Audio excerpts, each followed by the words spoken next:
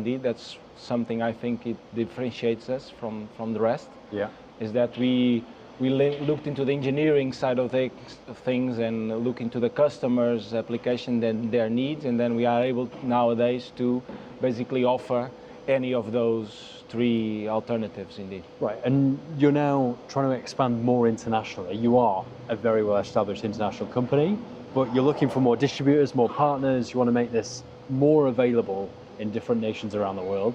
Tell us a little bit more about that. Yeah, so Lindley is in the past 4 or 5 years having good success in terms of sales and developing the business. Yeah.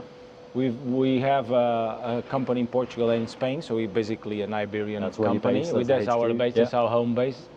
And nowadays we want to indeed expand our business. How we see it is we need to expand further to other countries, mainly in Europe, Middle East, Africa, South America.